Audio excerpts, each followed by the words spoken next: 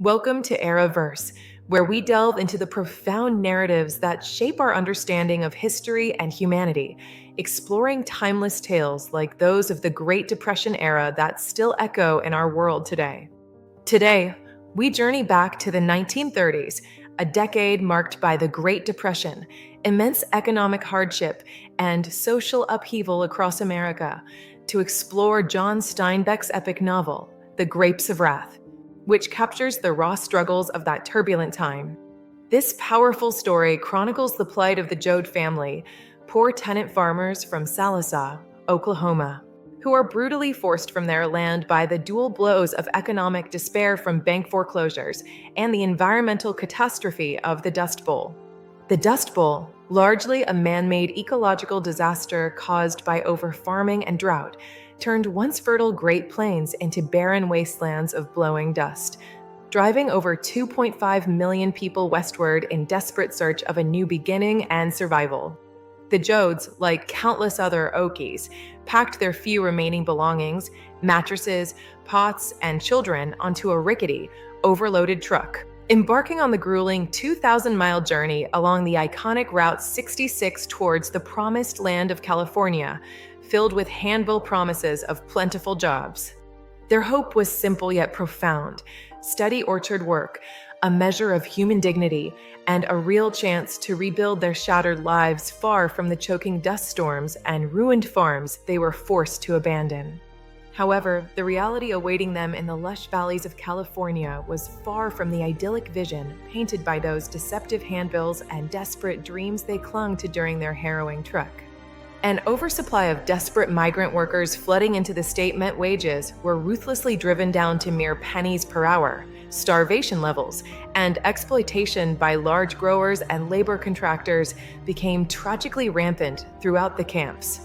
The Joads soon found themselves crammed into squalid, overcrowded government and private camps, facing relentless hunger, rampant disease like dysentery, and the constant threat of violence from resentful locals, strikebreakers, and indifferent authorities.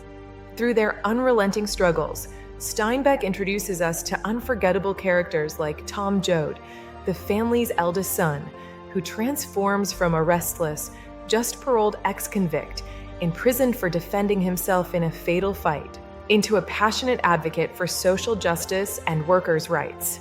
Tom's personal journey mirrors the growing awareness among the dispossessed migrants that their individual suffering amid evictions, starvation, and beatings was not random misfortune, but part of a larger, systemic injustice perpetuated by powerful banks and agribusiness.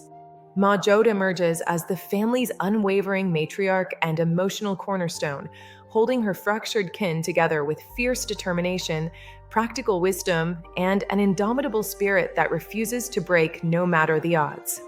Her quiet strength serves as a beacon of hope amidst the enveloping despair, embodying the enduring human spirit that persists in the face of overwhelming adversity, poverty, and loss, much like her famous line about the family being the people that endure.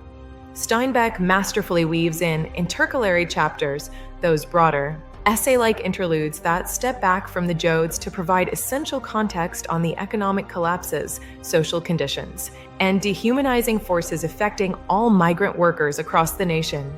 These intercalary chapters poignantly highlight the dehumanizing effects of massive corporate agriculture, with its mechanical harvesters replacing families, and the systemic failures of policy and greed that led to such widespread poverty and mass displacement. The novel's gripping climax sees the battered Joads facing a devastating flood that engulfs their camp, further testing their frayed resilience and forcing the family to confront the ultimate depths of human suffering, loss, and fragile survival. In a powerful and controversial ending that shocked readers, Rose of Sharon, the Joad's eldest daughter, who has tragically lost her own newborn child to malnutrition, offers her breast milk in an act of profound, selfless compassion to a starving old man in a barn. This raw, transcendent act rises above individual tragedy to become a universal symbol of hope, communal solidarity, and the enduring spirit of humanity that persists even in the face of overwhelming despair, injustice, and death. The Grapes of Wrath endures as a timeless masterpiece and Pulitzer Prize winner, serving as a poignant reminder of economic injustice, the critical need for environmental stewardship, and the unbreakable bonds of family and community that define us.